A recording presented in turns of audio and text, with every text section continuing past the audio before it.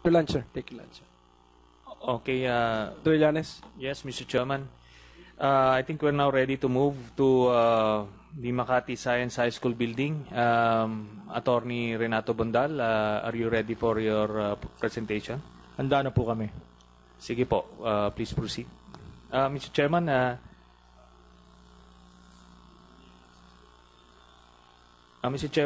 Attorney Bondal has a presentation. Before I allow Attorney Bondal to proceed, may I get a hint on what your presentation is about? Ito po alinsunod sa resolution po ni Senator Trillanes. Yun ang gusto ko nga malaman kung alinsunod siya pa. Ito Bakit po? Ano po ang laman po? Ito po ang overpricing ng Makati Science High School. So, since ang Science High School, no, ang pagkakaintindi ng chairman was bid out on the same day as the parking building 2, which we investigated, no. And of course, it is the same board which bid it out, right? Tama po yun. Same committee, no? And then alleged earlier that the same 3 bidders allegedly participated with one bidder disowning its papers. Tama po ba yun? So, if this is the case, if this is really the case, then I would say that we can consider this as part of the other related anomalies as mentioned in resolution number 826. So go ahead, Attorney Bondal. Salamat po, at Senator Coco. Bago po kami magsimula, ito po ang pangalawang building na amin pong ipinangako sa taong bayan ng Makati na isisiwalat po namin at pagkatapos po na makompleto ang mga dokumento ay amin pong isasampa ulit sa Ombudsman sapagkat ito po ay pangalawang building na makikita ang pattern o modus operandi ng mga nagaharian sa Makati po ngayon kasama na po ang mga alipores. Makikita po ninyo sa aking pong presentasyon na pare-pareho lamang po ang mga Attorney Bondal, po. Yung kasi napupuna tayo at nakikriticize din tayo dun sa mga side comments. Opo. Bawas-bawasan natin ng side comments, stick to the facts. Sige po. Ganun, okay po. Di yung po nga naging mayor na vice president ngayon at dala na rin po ang kanyang anak. Kasi katulad po ng Makati Parking Building na pinakamahal na parking building sa Pilipinas, ito namang pong high school building na ito ang pinakamahal na high school building sa buong Pilipinas po. Let's go to the next slide. Ayan po ang Makati Science High School. Ito po ay matatagpuan sa Kalayaan Avenue, dyan po sa Barangay Sembo sa Makati. Gaya po ng Makati Parking Building, sinimulan din ito noong 2007 at na-inaugurate lamang po noong February 14, 2014. Kaya po, katulad din po ng Makati Parking Building sa aming pong karanasan, hindi po namin maisampa agad itong demanda o plunder case laban sa mga kinauukulan sapagkat nainagurahan lang at natapos noong February 14, 2014. Kaya po ang sinakop nito ay yung panahon na si Vice President Binay ay mayor noon ng Makati at ngayon po ay Vice President na tapos namana na po at itinuloy naman ng kanyang anak na si Mayor Junjun Binay. Ito pong proyektong ito ay 10 palapag o 10 floors at may isang basement parking. Ang floor area po niyan ayon sa mga dokumento pong ating nakalap at naisumite na po sa committee ay 18,373 square meters. Ang dami po ng classroom dyan ay 54 classrooms.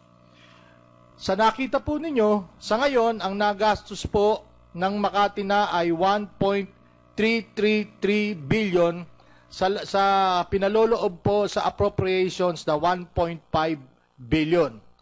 Ngayon, kung inyo pong i-divide yung pong 1.33 billion sa dami ng classroom na 54, makukuha po natin na ang average cost per square meter nitong building na ito ay 72,500 per square meter. Wala pa po hong gasto sa mga gamit, mga silya, upuan, laboratory equipment, excluding po yon. Ito po, building na building lang. Ngayon po, kung natatandaan po natin, gaya ng hearing po natin tungkol sa Makati Parking Building, meron pong ipinapakita na Biblia ng construction industry. Ito po yung laging iwinabagayway ni Senator Alan Cayetano, yung pong handbook, yung pong Davis Langdon Shea Construction Handbook. At ano po ang sinasabi ng construction handbook na yon? Yang pong cost na 72,500, ayan po, yung sa David Langdon and Shea Handbook, 2013 prices, 25,620 lang po ang per square meter ng isang classroom. 2013 prices po yan. Tatandaan po natin na yung big proyektong yan ay nagsimula noong 2007. Pero ang ating pong parameter ng ginagamit, for comparison purposes, ay 2013 prices. Kaya po, malaki na po ang diferensya niyan. Next slide, please. Ayan po. Ito po ang aming naging computation. Attorney Budal, ano yung 200, yung previous slide, please? Previous slide. So, ano yung 283% na ano ba yan?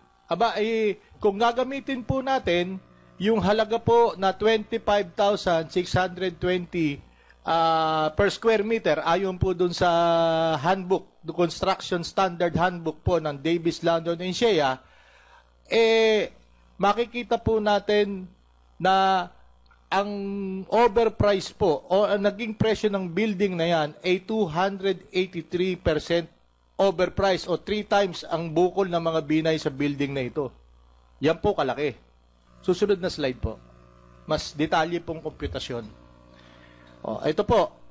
So, kung ang ginamit po ng Makati City officials ay 72,500 at ayon sa dokumento po, ito pong proyektong ito ay mayroong 18,373 square meters. Ang nagastos na po at ayon po naman sa mga dokumento to ay 1.333 billion pesos. Ngayon, sa kabila naman po ng computation, ayun po yung 25,620 ayon dun sa handbook based on 2013 prices at i-multiply po natin ng 18,373 square meters, ang makukuha po natin ay 470 million pesos lamang. Ngayon, ang diferensya po ng aktual na nagastos ng Makati daw sa dapat lang na halaga ng gusaling iyan ay 862 million pesos at halos 1 bilyong piso na rin po. Next slide, please. Ito po ay paulit lamang na 862 million po ang sobra-sobrang presyo at naging bukol at kinita ng mga namumuno ngayon sa aming lungsod sa Makati po. Ayan po ang dapat i-prove. Hindi pa po prove yan. Hindi pa po proven, no? Apo. At yan ang balak nyo i-prove. Apo. Sige po. Gaya ng ginawa po namin sa nakaraang building, yung pong Makati Parking Building, ito po ulit yung mga ating paghahambing sa mga naglalakihang mga gusali. Inuulutin po namin yung Greenbelt Residences, 57 floors. Ang cost lamang po ng per square meter nila ay 45,000. Yung Siang Grand Tower po, 46 floors, 40,000 per square meter po ang nagastos. Yung po, yung pong 10 palapag na Makati Science High School ay 72,500. Ngayon po, siguro naman, hindi na ho nila magagamit yung kanilang world class tsaka green dahil gas-gas na po yun. At saka hindi ho world class yan. Baka naman ho sabihin ng mga nanunungkulan na hindi po apples to apples to. Tama rin po, agree po ako. Kasi yung malalaking building ho, yun ho ang apples. At yung Makati Science High School po, arateris. Kaya ho, hindi ho apple to apple yan. Next slide, please. Kaya po, nakikita na po natin ang pattern eh. Yung pong pag-overprice. Katulad ng Makati Parking Building, sa mga sinasabi po ng ating eksperto, Na by the way, ginamit ho ni ring eksperto to sa asyenda, kaya nagtataka po kami bakit tanggap nila yung halaga doon sa asyenda pero ayaw nilang tanggapin ang halaga para sa parking building na yan. Lumalabas po, pag ating iniround po, ang tongpats sa Makati Parking Building, 1.5 billion, at ang tongpats naman sa Makati Science High School ay 862 million, o malapit-lapit na rin po sa 1 billion. Next slide, please. Gaya po na nangyari na modus operandi dun sa pagbibigay po ng kontrata sa mga bidders, gaya po ng pinatunayan na ng dati pong GSD na katabi ko po ngayon si Engineer Hechanova at ni Engineer Aspiliaga, biding-bidingan lang po ang nangyayari sa Makati kaya po nabibigay sa kanilang mga paboritong kontratista. Sunod na na slide. Ayan po. Sandali lang, Atty. Bandal. Engineer Rechanova, do you confirm that? Na itong bidding na to, niluto ba ito o totoo nangyari? Your Honor, kasama po yan ng Makati Parking Building. So sabay po ibiniding yan, parehong mga kontraktor. So kaya sinasabi ko biding-bidingan lang ho yan at niluto namin yan. Okay. Thank you. Same day, ano? Same day. Engineer. Same day. Okay, kung maalala mo, ilang bidding nung araw na yun? Usually po, Your Honor, hindi kami bumababa ng 10 project kada bidding. Hindi lahat yun infrastructure. Ay, hindi po. Yung iba po, goods. Okay. So, yung 10 yung sa araw na yun, linuto ninyo lahat? Lahat po ng project sa Makati, gaya ng sinabi ko po noon, niluluto po namin yan. Meron na kaming Hindi, specific ako doon sa araw na yun. Yan ba yung December 28? Opo. Ayan yun, ano? So, 10. Opo. Halo, infrastructure at saka procurement ng goods. Opo. Lahat yun, linuto ninyo. Opo. Niluto po namin lahat. Narinig mo yun, Executive Director Santiago. Kaya, buti nga nandito ka kasi we have a good law.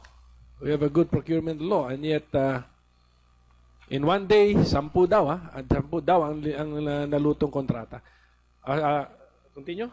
Attorney Bandal, continue. Ito pong slide nito, ito po yung sa architectural lang po, architectural and engineering works. Yung pagdi-design po ng Makati Science High School. Kung titingnan po natin, meron silang 7 mga architectural firms or engineering firms na inaimbitahan.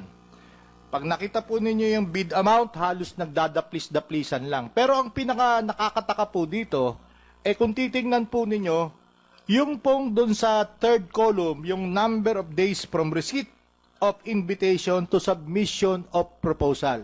Halimbawa, dyan po sa Genesis RR Engineering Services. On the same day, nag-submit din po agad sila.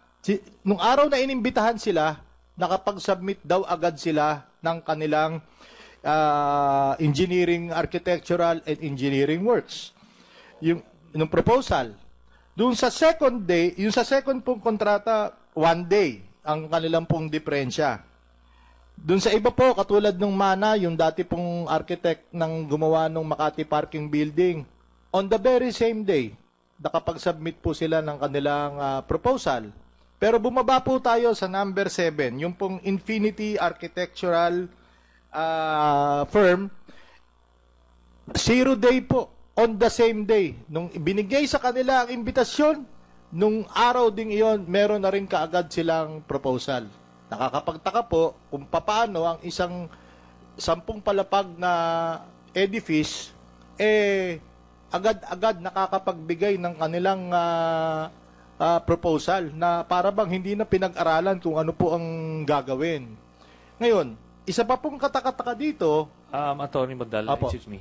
I think we have one of the bidders here. Hindi ko mabasa. JFR Aquino Design? Sir, Mr. Aquino, number 5 po kayo dyan. Do you confirm? Magandang hapon po, Your Honors. Ngayon lang din po ako na nagtataka kung paano po kami na-invite dyan. Okay. So, do you confirm na hindi kayo nag-bid dito? Hindi po, Your Honor. Hindi rin kayo nag-submit kasi ito. Hindi rin po, Your Honor. Nag-submit daw kayo. Hindi rin po, Your Honor. Mr. Chair, one question lang. Sir, at kung sasali man kayo, kaya ba yun na isang araw? Na invite ka isang araw, the next day may bid price ka na? Hindi kaya po, Your Honor.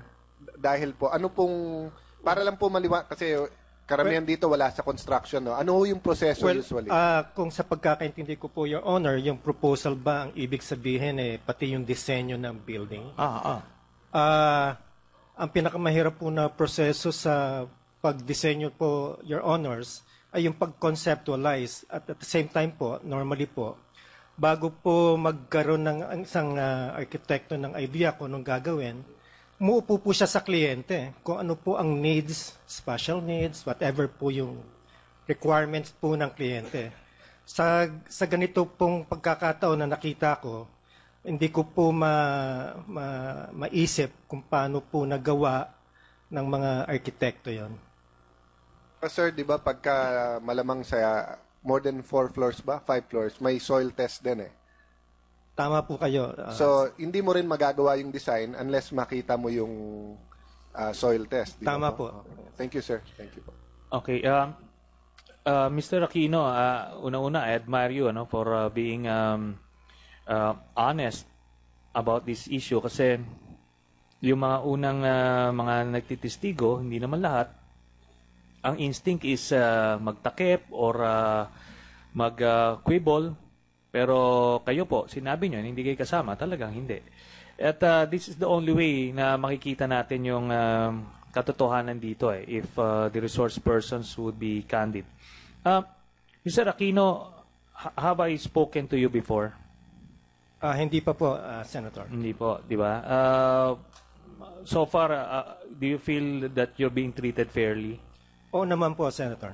Okay. So, dito sa atin, hindi lahat ng testigo ay sinasabi, tinitreat natin unfairly. Pagka nagsasabi ka ng totoo rito, mabilis mabilis yung tanungan natin. Pero pagka naramdaman namin na nagtatakip ka, talagang will apply different approaches para mailisip natin yung katotohanan.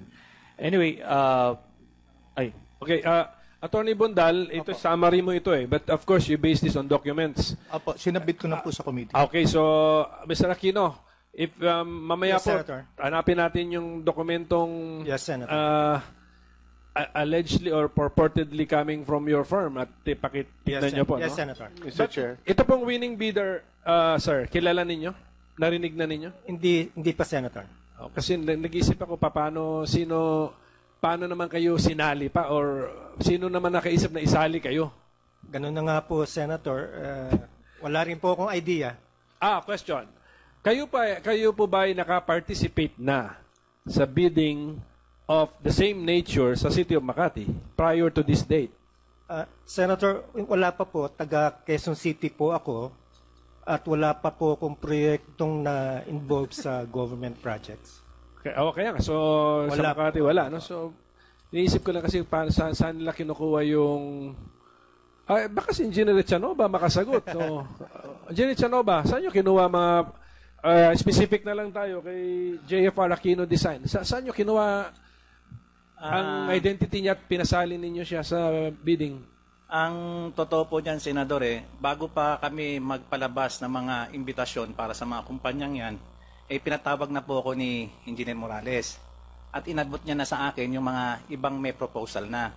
Kasama doon sa inabot niya sa akin yung Infinity Architectural Works na sabi niya nga na dapat doon ma-award ang project.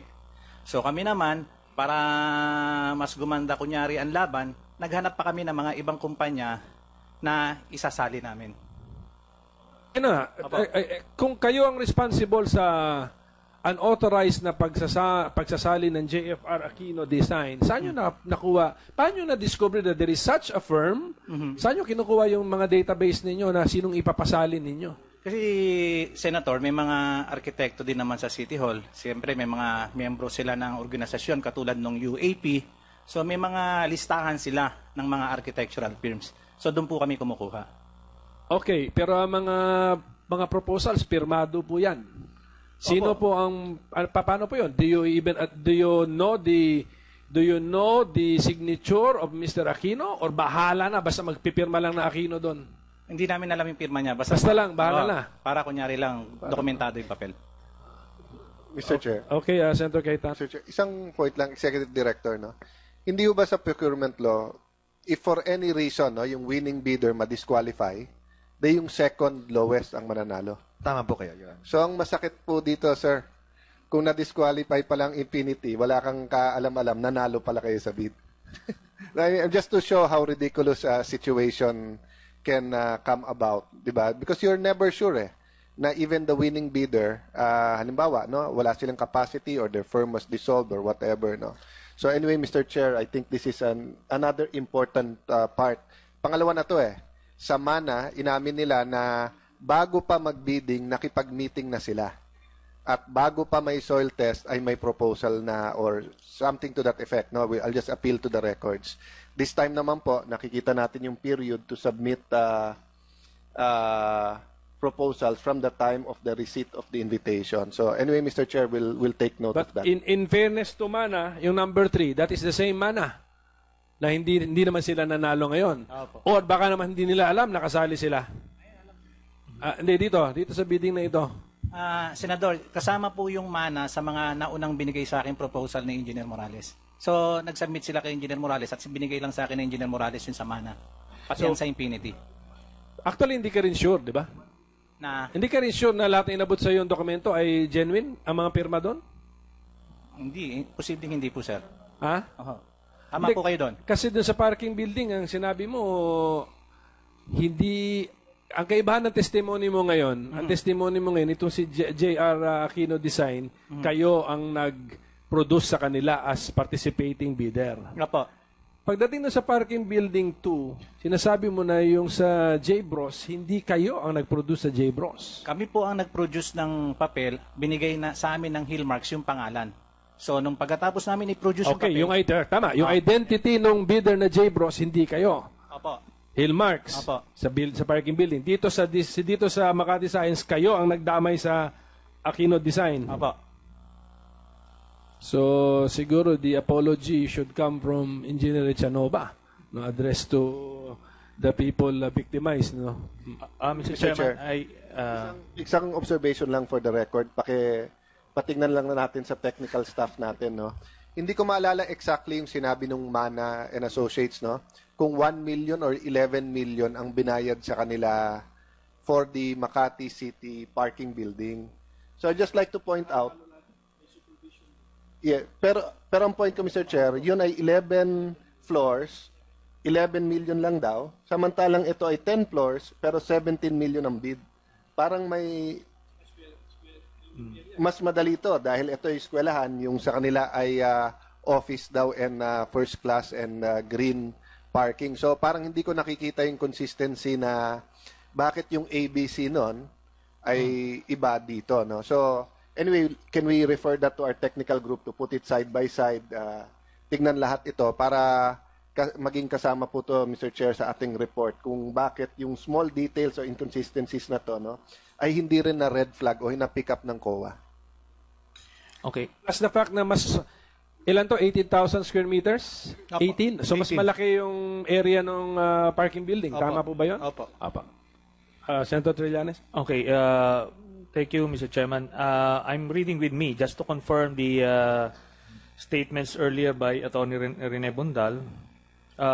The actual documents, the notice of award, wherein I would read, and I quote, on September 17, 2007, the Bids and Awards Chairman has caused and issued an invitation to negotiate for architectural and engineering services for the proposed 10-story Makati Science High School with 4-story dormitory located at Calayan Avenue, Makati City, to recommend to the recommended firm, to wit, Genesis Engineering Services, RB Padulina, Mana Architecture, George A. Paras, JFR Aquino Design, BLG Design, Infinity Architectural Works. Whereas on September 18, or the day after, a review and evaluation of the proposal submitted by the most qualified consultant was done at the conference room of the back of Makati 9th floor, Makati City Hall building. And it was awarded to Infinity Architectural Works. And I see the signature here of Engineer Hechanova. So everything checks out, Mr. Chairman. Anyway, please proceed, Attorney Bundal.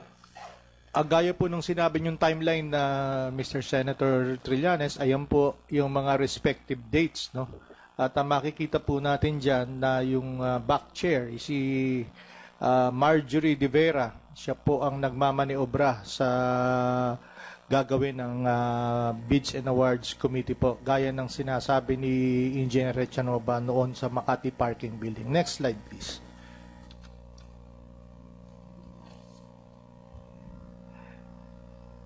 Gaya po nung nakita niyo po sa mga dokumento na kakasabi lang po ni Senator Trillanes, nagkaroon po ng negotiated procurement dito po sa instance ng architectural firm. Ngunit, makikita po natin na wala naman pong two failed biddings. Hindi rin naman po ito emergency cases. Hindi rin po ito takeover contract dahil bago po itong proyektong to. Hindi rin po ito katabi ng isang proyekto sapagkat nag-iisa po ito doon sa May Kalayaan Street. Hindi rin po ito agency to agency, hindi rin po ito highly technical consultants na kailangan, lalong hindi naman po ito proyekto ng DND or Department of National Defense. Kaya po, yung pong ginamit pong negotiation o negotiated procurement style, illegal na po agad doon po lang po sa architectural at engineering works. At makikita po rin natin na 5 days lamang po magmula nung pagka-issue po ng imbitasyon hanggang doon sa pag-award po ng kontrata sa Infinity Architectural Works. Mabalikan ko lang po pala, katabi ko po naman si COA Chair Grace Pulido Tan, at exactly dyan sa mga iksi na mga panahon na yan, sinabi niya mga red flags daw po ito o marka ng dapat merong problema. Next slide please. At gayop nga po ng Makati Parking Building. Ito sa building na, di ba? Opo. Balik mo muna dun sa architectural works, tanungin ko si Engineer Santiago. So, tama po ba ang tawag Attorney Santiago pala, hindi Chino. This is what you call a negotiated contract? Well, they call it negotiated, Your Honor. Tama yan? Negotiated? Is that the law calls it a negotiated contract? Well, first of all, Your Honor, you engage a firm po ito. This is a consultancy firm, right? Opo. Yung architectural plan yata, di ba? Plans ito, right? Plans. Plans for the building. Opo. Normally, kasi if we are engaging a consultant, if we are utilizing consultancy or using consultancy or procuring a consultancy firm, we normally use a quality cost-based or quality-based evaluation process. I just don't know what the underlying circumstances were, but the day that they submitted the bid plus the invitation, they were invited today, and then they submitted the bids today. That indeed raises a red flag, Your Honor. Okay, no, but itong yung pakibalik nga yung linking negotiated procurement to exceptions to public bidding. Is that correct? These are negotiated modalities, Your Honor, to fail biddings, emergency. Yeah, but not for these consultancies, di ba? Sabi mo? Yes, Your Honor. So sa consultancy talaga, the general rule is no, but for consultancy procurement, Your Honor, and if you're given the ample time, normally you will employ the quality-based evaluation process or quality cost-based evaluation process. Now it takes time, Your Honor, before you can make ultimately an award. But you have to bid it out. You have to Yes, bid Your it Honor. out. Okay. Yes, Your it's Honor. still a public bidding. Yes, Your Honor. It's still the same rules as if it were an infrastructure. Okay, Your Honor, for the procurement Project. of goods and works, there are the same rules. But for purposes of procuring consultancy services, there are different set of rules. That's why I made mention of the two bid evaluation procedures, quality-based and quality cost-based evaluation, Your Honor. But same public bidding. Yes, Your Honor. The principle is public bidding pa rin. competitive public bidding. Competitive Your Honor. public bidding. Okay. Yes, Your Honor. Go ahead, Attorney Bondal. Next slide, please. So, gaya po nung cost nung unang overpriced na parking building, ito rin po ang naging cost nito pong Makati Science High School. Ang tatlo pong bidders dyan, yung Hillmarks, ITP Construction at J-Bros Construction. Kung matatandaan po natin, nagbigay na po ng salita ang J-Bros na hindi rin sila kasali dyan sa biddingan ng proyekto pong yan. Mr. Chairman, we invited the J. Bros Construction. We invited the J. Bros Construction for today's hearing, and they submitted a letter to us, and I think this is very relevant. That he has a commitment today, but please note that Mr. Tenko has manifested non-participation in all Makati projects during the 6th public hearing. So he reaffirms his earlier statements that he didn't participate in this bidding. Thank you. Go ahead, Attorney Bondal. Yeah. Makikita po natin dito sa mga susunod na mga slides po na ito pong proyektong ito, yung Makati Science High School, katulad din po ng Makati Parking Building na na-chop-chop ng several phases. Ngayon ko po naintindihan na baka po nila ginagawa ito marahil sapagkat kung pinagsasama-sama mo ang buong proyekto sa isang bidding sa simula, yung ABC lalaki. Ngayon, pagka hinati-hati mo ng ilang phases, parang maliliit nga naman yung mga ABC kada phase. So, ito po, sa unang phase, di Hillmarks na nga po na naman ang nanalo. Ang unang phase po 99,631,000. Yan po ang naging halaga ng unang phase. Nagsimula po yan noong 2007 na kung saan yung Vice President po natin ngayon na ayaw pong pumunta rito, mayor pa po noon sa aming lungsod. Second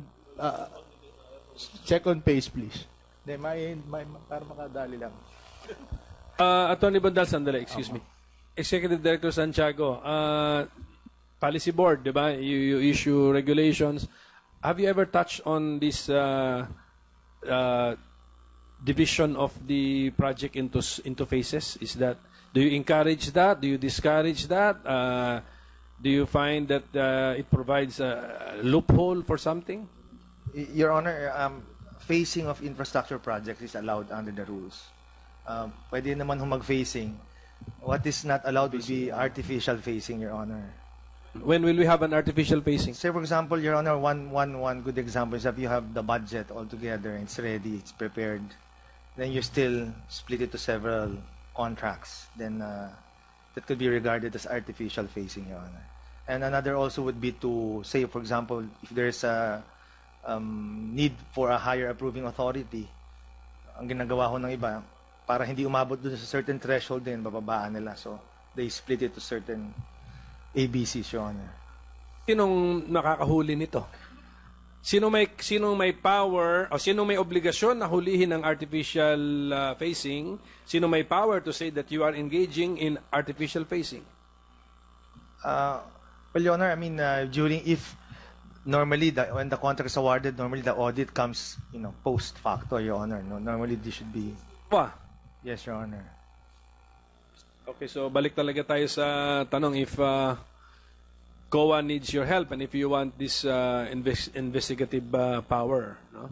Balik tayo ron sa policy question yun, no? And that could possible subject of a law, no? Sige, Attorney Bondal, go ahead. Ito na po yung phase 2. Na makikita po natin yung approved budget for contract is 174,953,468 pesos. Ngayon po, katulad din ng Makati Parking Building, bigla na lang, loan bidder na lang po ang Hillmarks noon. At pagkatapos, ang kanilang bid amount 174,508,398.69 na may 25% variance na makikita natin halos daplis-daplis lang yung kanilang bid amount dun sa pinaka-approved budget for contract. Na katulad din na nangyari nung Makati Parking Building. Next slide please. O ganito po ulit. Yung approved budget po, Phase 3, 149,990,271. Ang bid po ay 149,504,024 o may variance lamang po ng 0.32%. Halos daplis-daplis din ang nangyari na dun sa third phase. Next slide please. Doon sa phase 4 po, ito po ay nagtataka kami kung bakit hindi kami makakuha ng mga dokumento rito. Pero ang bid amount po, ayon sa dokumentong aming naisubmite sa committee, 394,140,442.66 pesos. Next slide please.